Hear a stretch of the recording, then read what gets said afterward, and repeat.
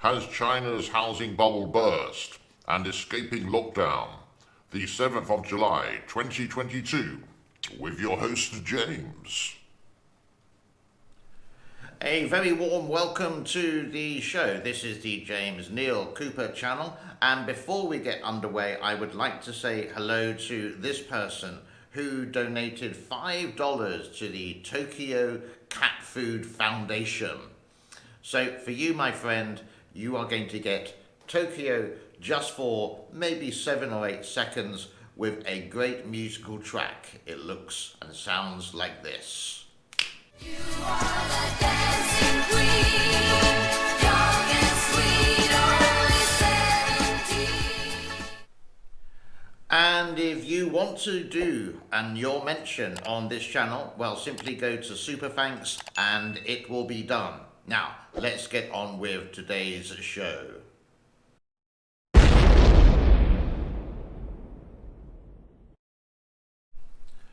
A video of 15 high-rise buildings being demolished in China went viral. Some say the developer didn't have enough money to complete the project after 7 years. Others claim the structures were substandard. Either way, this video has an impact on the property markets. So this saga is still continuing in China, that people are not buying properties anymore. As they buy a property, they just buy the pre-property. In other words, even before the ground breaking. And some properties take a long time to complete. You would say this is quite common in China, and it's a step-by-step. You may be buying your property, your apartment, for 5 or 6 years, even before you could move in. A lesson learned in not just China, but here in Asia is you buy a property which is complete. It will be more expensive, but the property is there. Yeah, exactly what I did here in Cambodia. Let's have a look what NTD News has to say about this. China faces a growing mortgage strike, unfinished homes, and growing resentment toward banks and developers may be a ticking time bomb. For the Chinese regime, a third of the economy is on the line, upward of $2 trillion in home loans.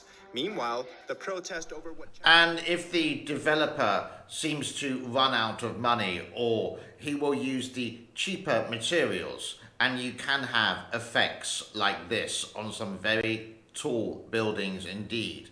This is what they call in China TOEFL dredge buildings.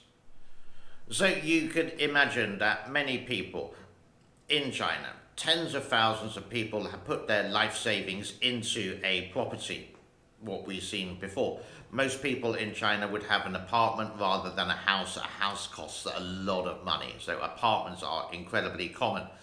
And they would get a mortgage. But now tens of thousands of people have grouped together and say, we're not going to pay the mortgage. They're not going to pay the mortgage. Then the banking gets into problems.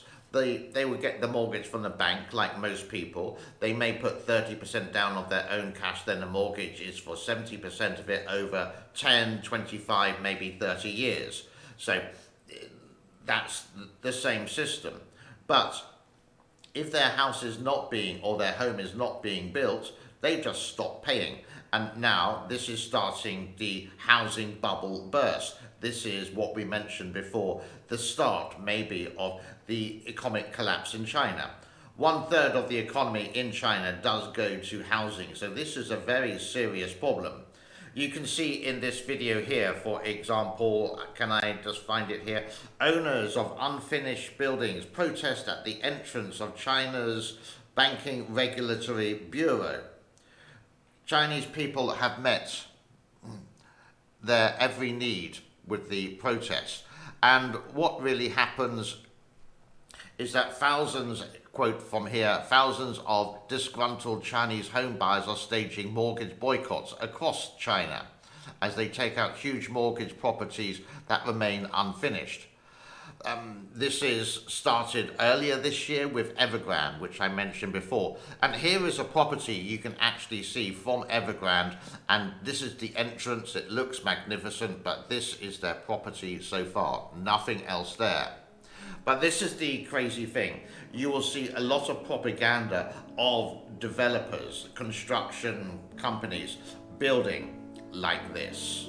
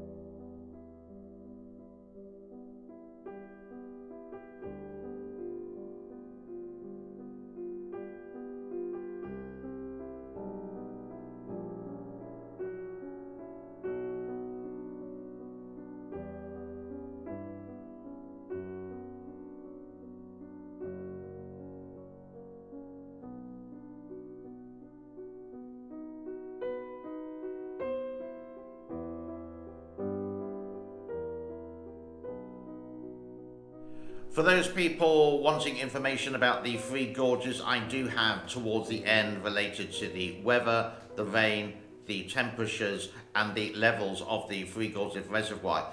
But away from that, COVID is still happening in some cities in China, and the zero lockdown.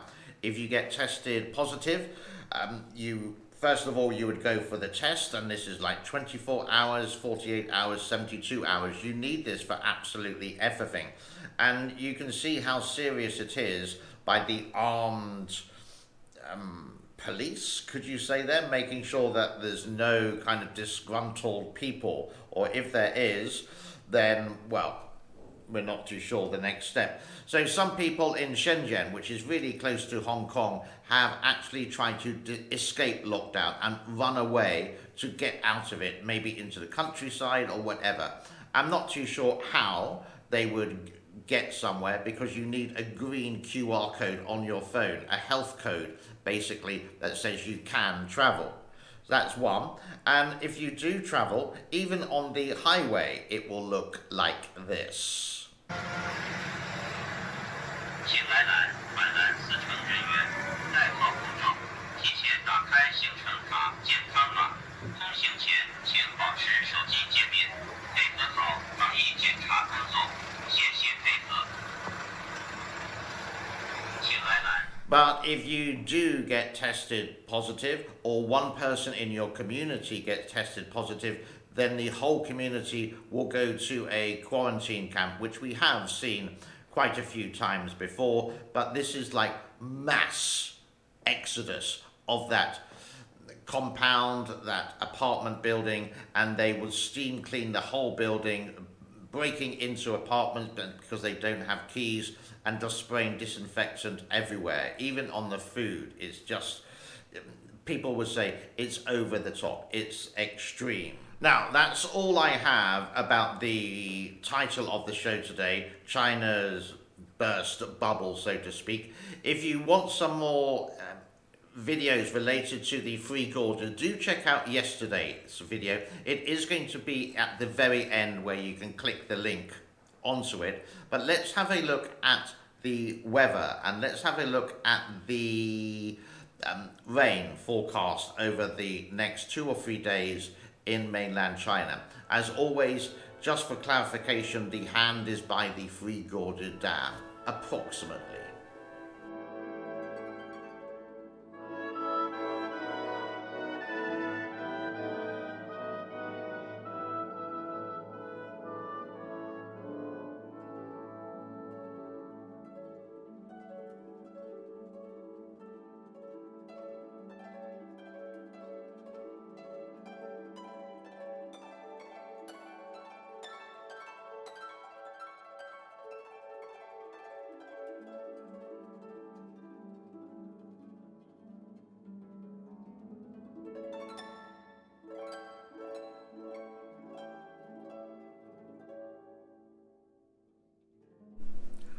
And let's have a look at the temperatures. This time I put the hand in Shanghai.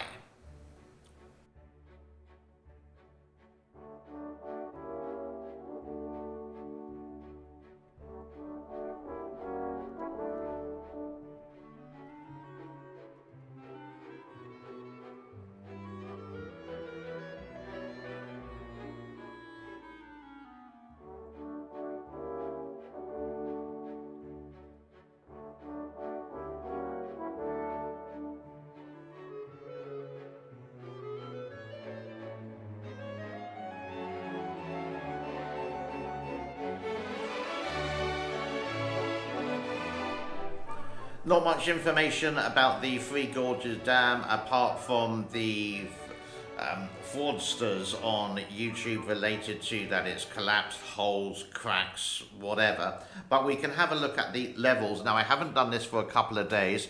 Kutan, Chongqing is 167.17. That's supposedly gone down. And the Three Gorges Reservoir, since you could say the last 24-hour period, has gone down as well, but for us it's gone up 147.26. Inflow is at 20,000 and the outflow is 15,300. That really brings us to a close for today. Now, the normal courtesy messages, the like will be absolutely epic.